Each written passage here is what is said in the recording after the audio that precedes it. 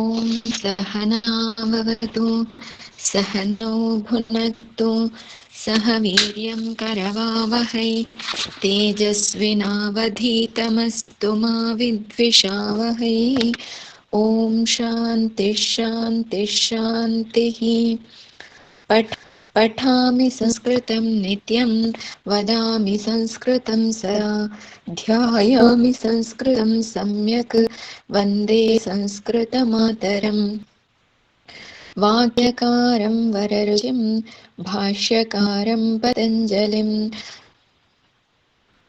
पाणिनिं सूत्रकारं च प्रणतोऽस्मि मुनित्रयम्. We are in the Vakya 11th. Page number 17, Abhyasa 8, Sanskrit Banavo. In that 11th Vakya we are seeing Kavi ne kis prakar gaya. Yesterday there was a question. What is that? Adhyayanena vasati. The sutra is Hetau. I just opened and kept it to explain that. That is Ashtadhyayi Sutra Hetau. With that sutra, this Adhyayanena will be in Tritiya. So I'll explain later that if power comes, otherwise in next class. Kavine kis prakar gaya. What is the English translation? How did the poet sing? Oh, sorry, we have to translate this into Sanskrit.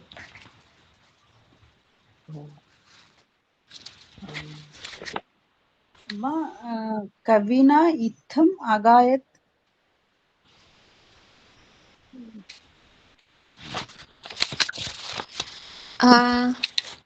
Putra.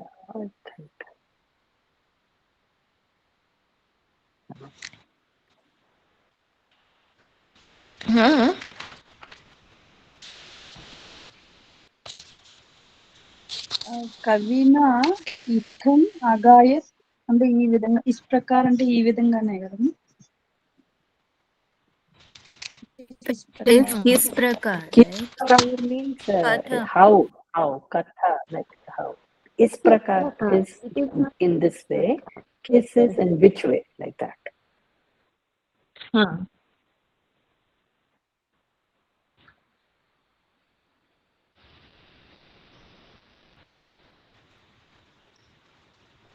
Kavi should be in which vibhakti?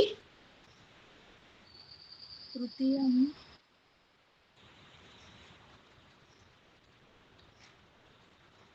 Others?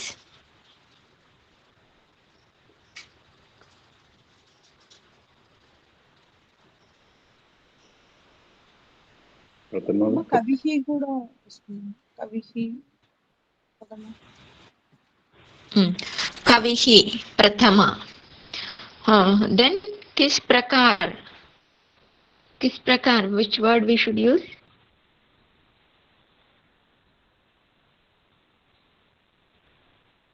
Is it katham? katham agayat. Kim shabda like but tritiya. Yes. No, it's katham. Kena. Katham.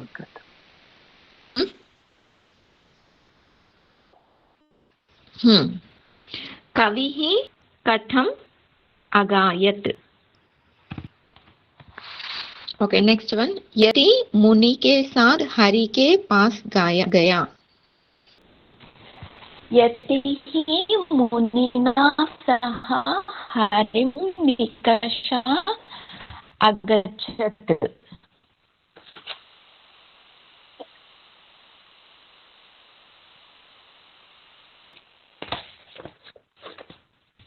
यतिः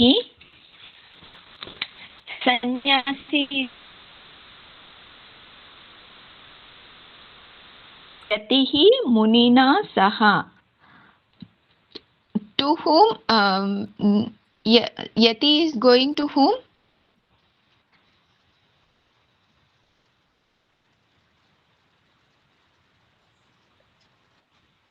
To the Muni. With the Along Muni, with he is Muni? going to Hari. He He is is going to going to Hari. Hari. Yati along with Muni going to Hari. So Hari should be in which case? Dvitiya. Dvitiya ekavachanam.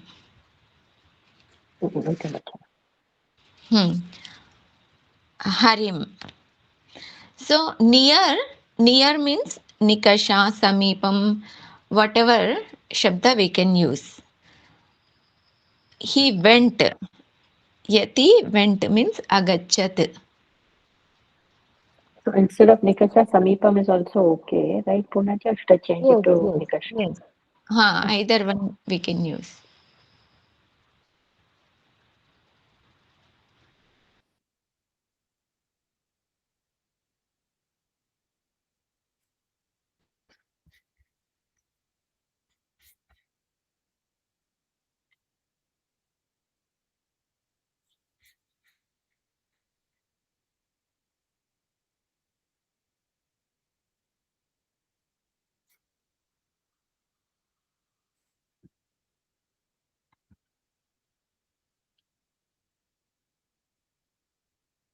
What is the next vakya? Is this vakya clear? Yes, ma'am. Yes. 13th. पहाड़ के ऊपर ऊपर सूर्य तपा. Now, what is the Sanskrit vakya for that? Girihi.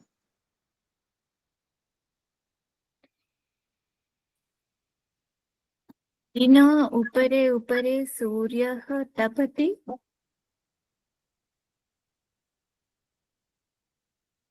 Girina. Why Girina is in Tritiya?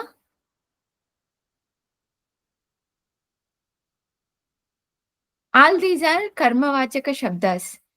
In this chapter, they have introduced kartravachaka shabdas. They have introduced karmavachaka shabdas, but in this Sanskrit vakyas, there is no karmavachaka shabdas. All are kartravachaka shabdas, which we did earlier, same way.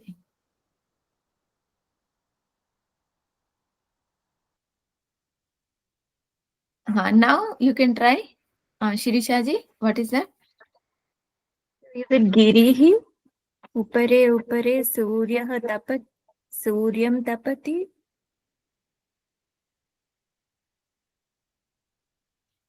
Suryam tapati. If we say Suryam is in which case?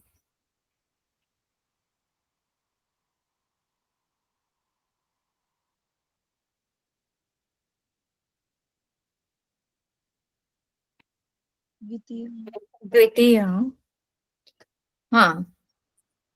Dvitiya, if it is Surya is in Dvitiya, what kind of meaning can come? Surya Prathama Vibhakti, Pahad is Dvitiya Vibhakti. Now, can you make the Vakya? Surya.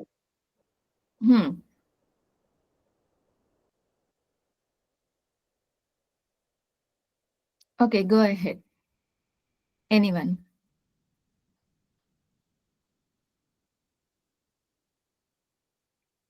Surya.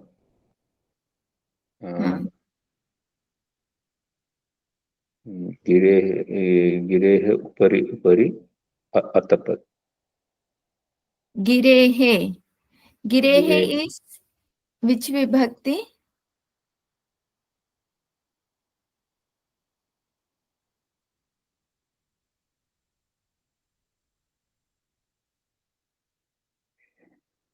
द्वितीय.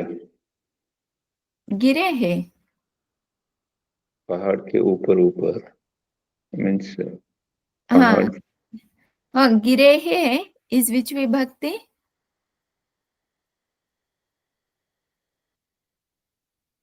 What is the pratipadika?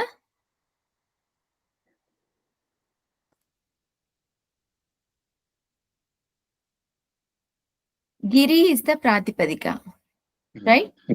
Yes, Giri is the pratipadi. How to decline Giri Shabda? Parishabda.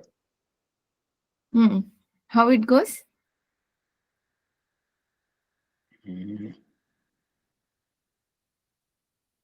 Parishabda not practiced actually. Hari. Harihi Hari Harayaha. Harim Hari Harin. What is the Dvitiya Ekavachanam?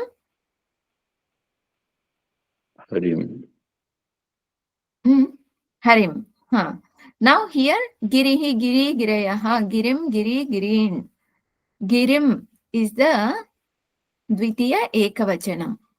Girim Upari Upari Suryaha Atapat.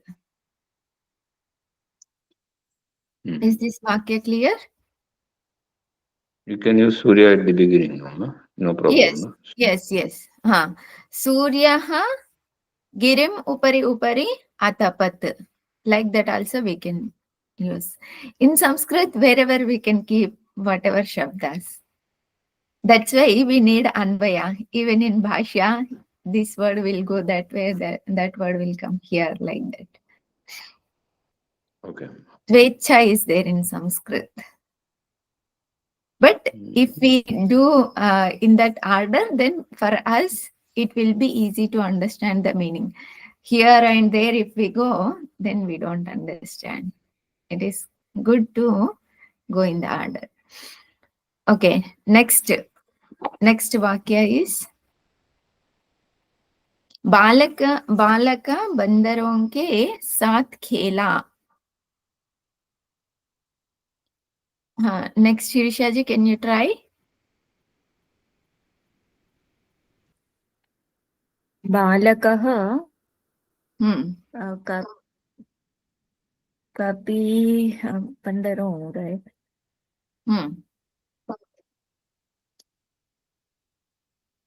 कपिः. Which vibhakti? द्वितीया द्विवचन बहुवचन, right? कपीन्. बालकः कपीन्. No. With monkeys. Children are playing with monkeys. With, when we use which vibhakti it should be?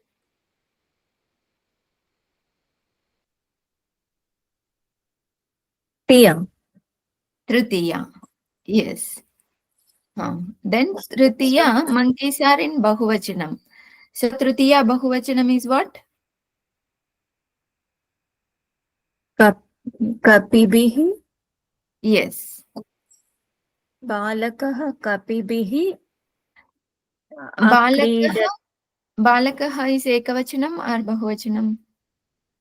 Balak, it says Balak, right? So one single. Oh.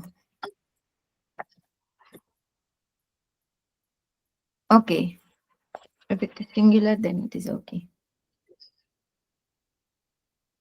So Balakah kapibihi akridayat.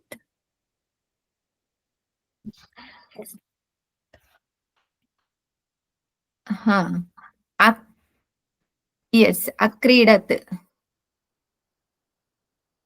Creed dhatu, creedati, creedataha, creedanti. Like that it goes. Akridat.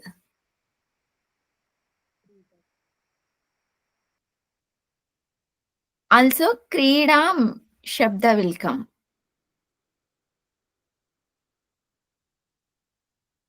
Without using creedam shabda is also okay. Balakaha bandaron ke saath khela. Khela is past tense, right? Akridat. సార్థమయమి use చేయక్కర్లేదు. అంటే బాలకుడు కపి అదే కోతులతో ఆడుకున్నాడు. Tritiya, we used here Tritiya. Okay. Punaji, instead of kapi, we can use vanarepya also, right? Is that okay? Yes. Vanarebhyaha also we can use. Okay. No, not Vanarebhyaha, Vanaraihi. Tritiya Bahuvachanam will be Vanaraihi, Ramaihi. Vanarebhyaha will be Chaturthi or Panchami. Vanaraihi. Balakaha Kapibihi Akridat. Past tense Akridat, right? Shirishaji?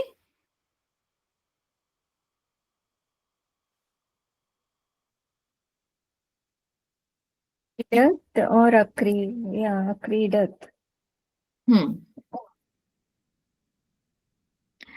Next, राजा मुनि राजा के साथ बैठा.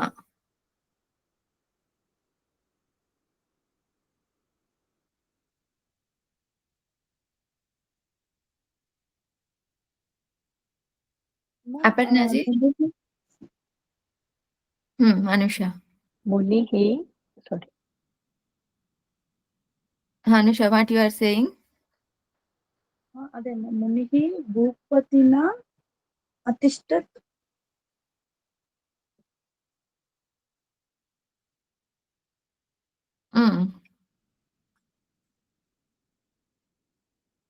Bhupatina saha we can use here. Okay. Saha atisht. Is it okay to use Nripa Shabda also, Punaji? Nripena saha. Yes. Nrupena saha and Rajan Shabda is there. That is Tritiya Vibhakti. Rajnya will come. Upavishat, right? He sat. What was the Kriyapadam for baitha? I forgot. Atishtat. Atishtat. Sadhatu.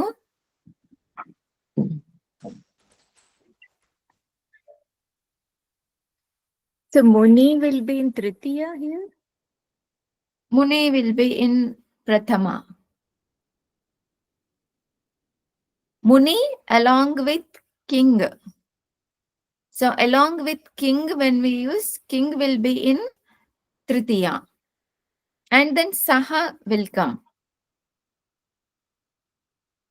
Munihi Bhupatina Saha Atishtat.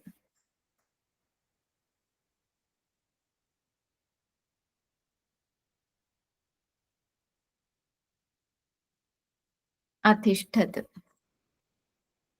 Next Vakya. Megham Barasana. What is that? Bharasa.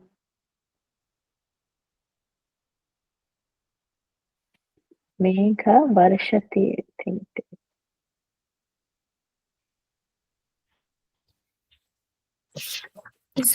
Past tense, right? Megha Barasa. Yes. Past tense. Megha is in which vibhakti?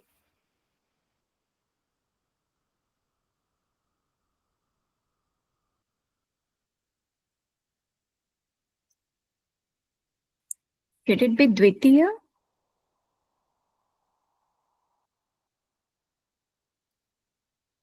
Prathama. Megha will be in Prathama. What is the Kriya Pada there? Avarshat. Megha Avarshat.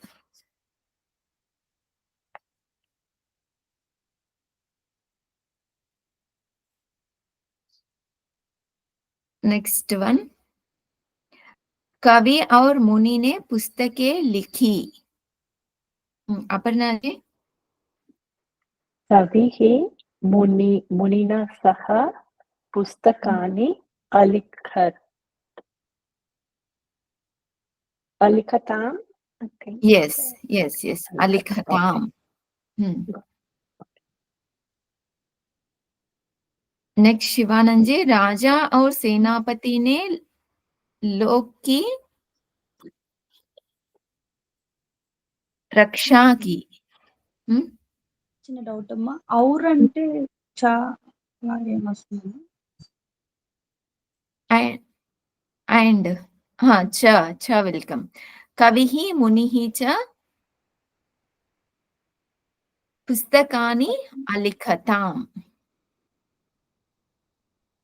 च welcome, sorry.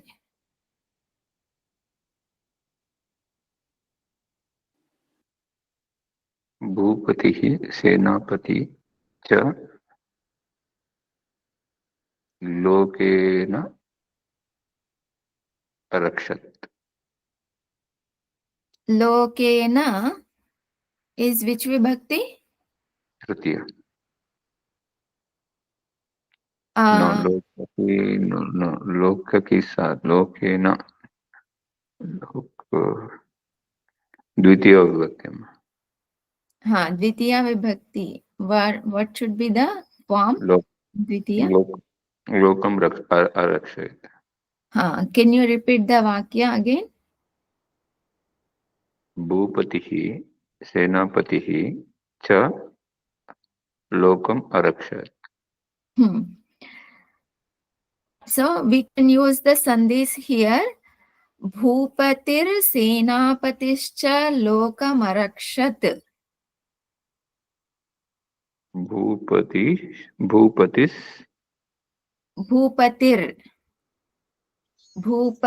सेनापतिश्च लोकमरक्षत्।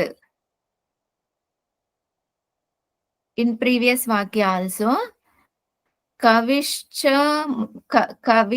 कविर्मुनिश्च पुस्तकान्यलिखताम्। कविर्मुनिश्च पुस्तकान्यलिखताम्। Sorry, I got a call. Raja and means Rajas Senapatischa. You are using Bhupati word, na? Sorry. Bhupatir Senapatischa Lokamarakshat. Bhupatir. Okay. Visarga will become Refa. Then Senapatischa. Visarga will change into Shakara. Lokamarakshat. Makara and Akara will together. Punaji, is this like wrong then? Nripaha senapati na saha lokam arakshatam? No. Here, there is no along with. That kind of meaning is not there. King and commander, they both protect the world. So it is not like the king is protecting the world along with Senapati. That is not how it is, no? At that time, then Senapati will be in Tritiya and Saha. That kind of words will come. Sardham, Sakam, Samam. All these shabdas can come. Okay. Next, Shirishaji. Yatihi Sun. What is the 19th one? यति ने सूर्य को नमस्कार किया।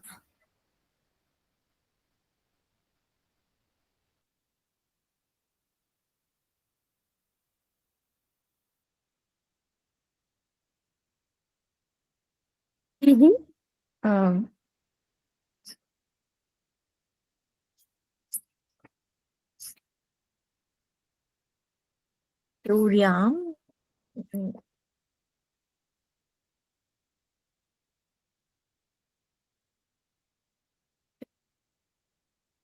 Suryam is in Dvitiya, right? Suryam. How it is in Dvitiya? So, what is the Dvitiya for Surya?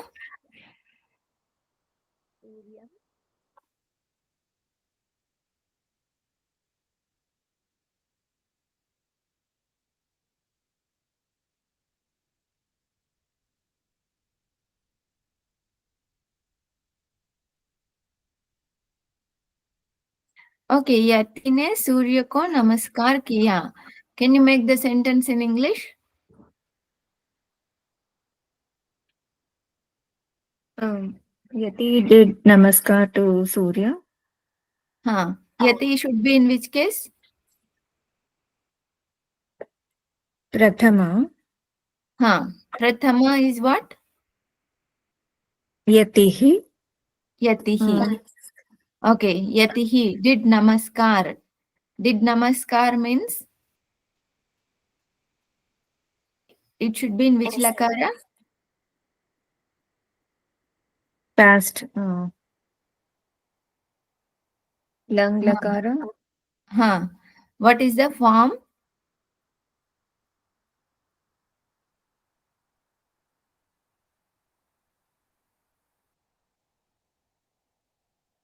I have to check, Poonaji. Anamat.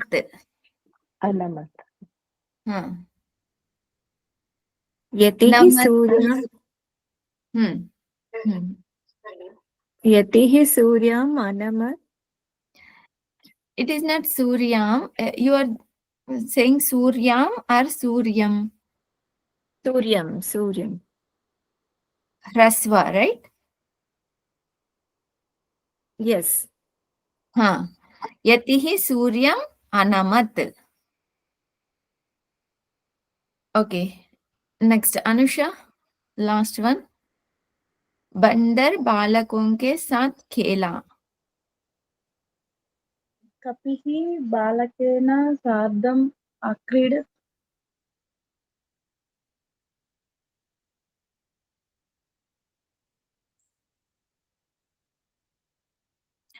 हाँ. Here bandar is ekavachanam or bahuvachanam?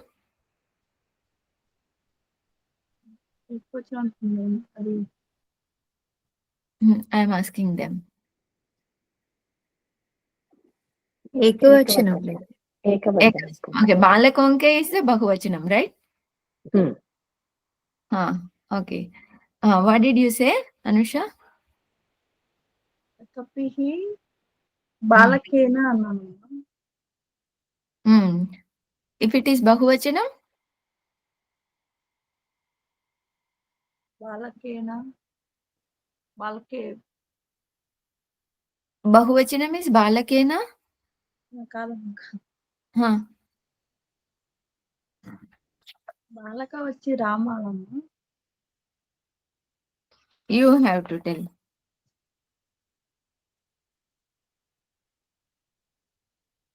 Balaka is like Rama?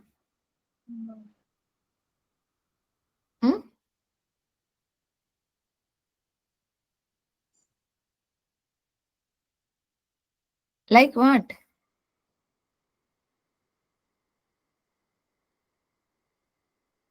అకారంత పుల్లింగం.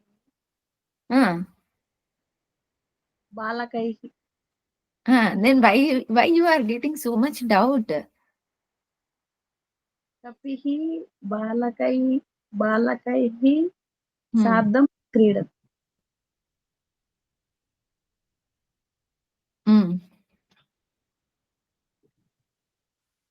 Akridat, right? It's Akridat. past. Akridat. Yes, akridat. Next. Kavina agayat. Aparna ji? What is the correct Vakti? Kavihi agayat. Then Shivananji, Agnina Nagaram Adahat. Agnihi Nagaram Adahat. Shirshaji, Bhupatyo Saha Agachat.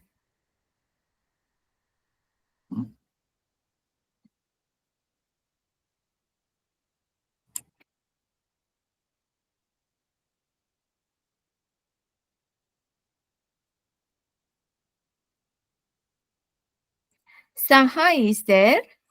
So, previous Shabda should be in which Vibhakti?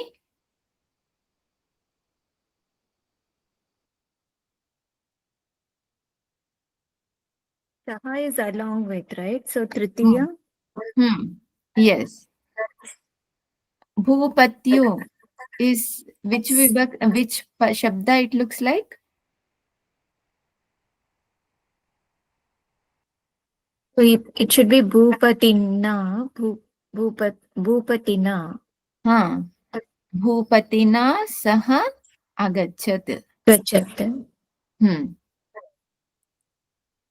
Next, Anusha. Yatihi Munehe Saha. यतिः मुनिना सह Next, Aparna ji. Senapatina cha lokasya. सेनापतिः च लोकम् अरक्षताम्. Oh, down Arakshat is there. I didn't see.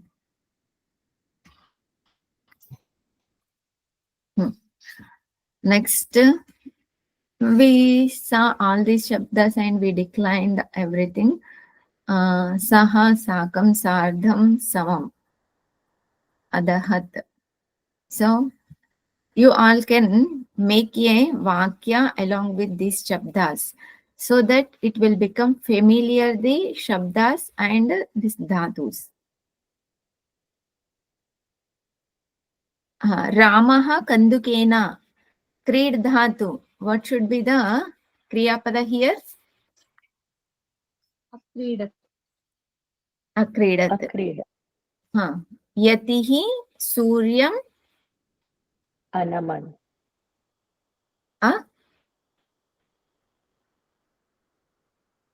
अनमत् Anamat. अनमत्. Sorry. Kavihi Katham Gai. Gai Shabda. Gai dhatu is there. अगायत् Giri.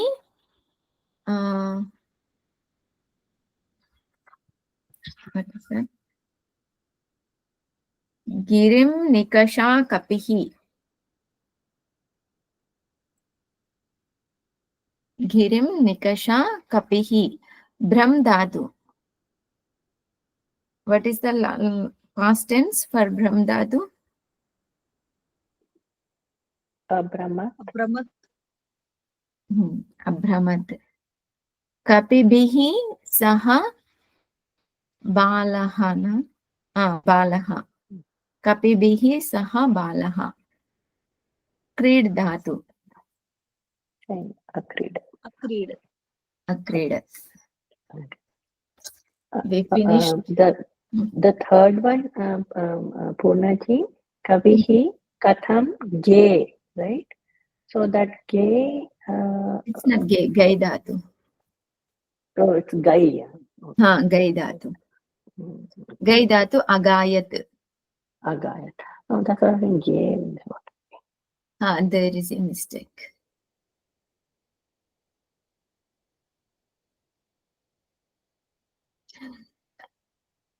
I don't know this new edition is there online or not.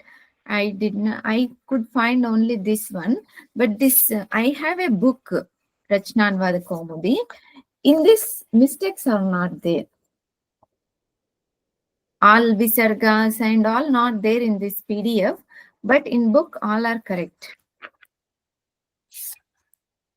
Is there a PDF for that same book, Purnaji? No, not there. I could find only this PDF. I don't know. If we check once again, then maybe in archive it could be there. We'll do the 9th chapter. Shabdas. Hope you all have the PDF. And the Shabdas are all familiar to us so that we can finish the Shabdas. Guruhu. Guruhu is meaning is Guru, is teacher.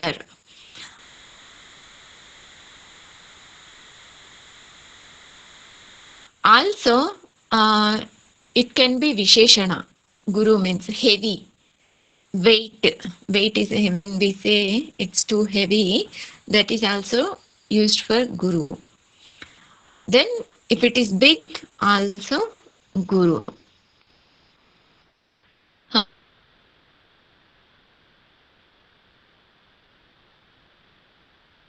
In Nyaya, Gurutva is there, na? 24 gunas.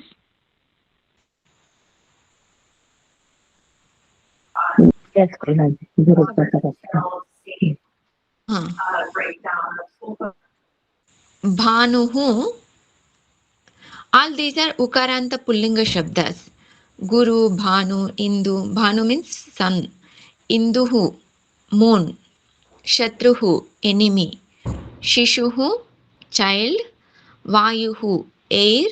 Pashuhu, animal. Taruhu, tree. Sadhuhu. Sadhuhu, there are few meanings. One meaning is Sajjana, means good people. Another meaning is simple, means when we say it is very simple, saral, like that. Also good, acha means good. This is used naturally in common language also. If anyone does something good, then they say sadhu. Sadhu, sadhu, like that they say. Also, nipunaha. Nipunaha means very well learned. Kanaha. Kanaha means one-eyed. Up to this, Ukaranta Pullinga Shabdas. Now, Akaranta Pullinga. We did not see Ukaranta Pullinga, how to decline. We'll see. Kanaha. Kanaha is one-eyed. Means only one eye is working. Another eye is not working. Karnaha. Ear. Badhiraha means deaf. He can't hear. Padaha, feet. Khanjaha,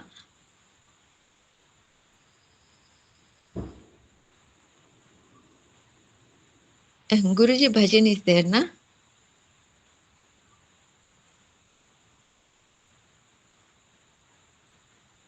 I don't know whether it is Guruji bhajan or, but there is a bhajan with this word. Do you remember?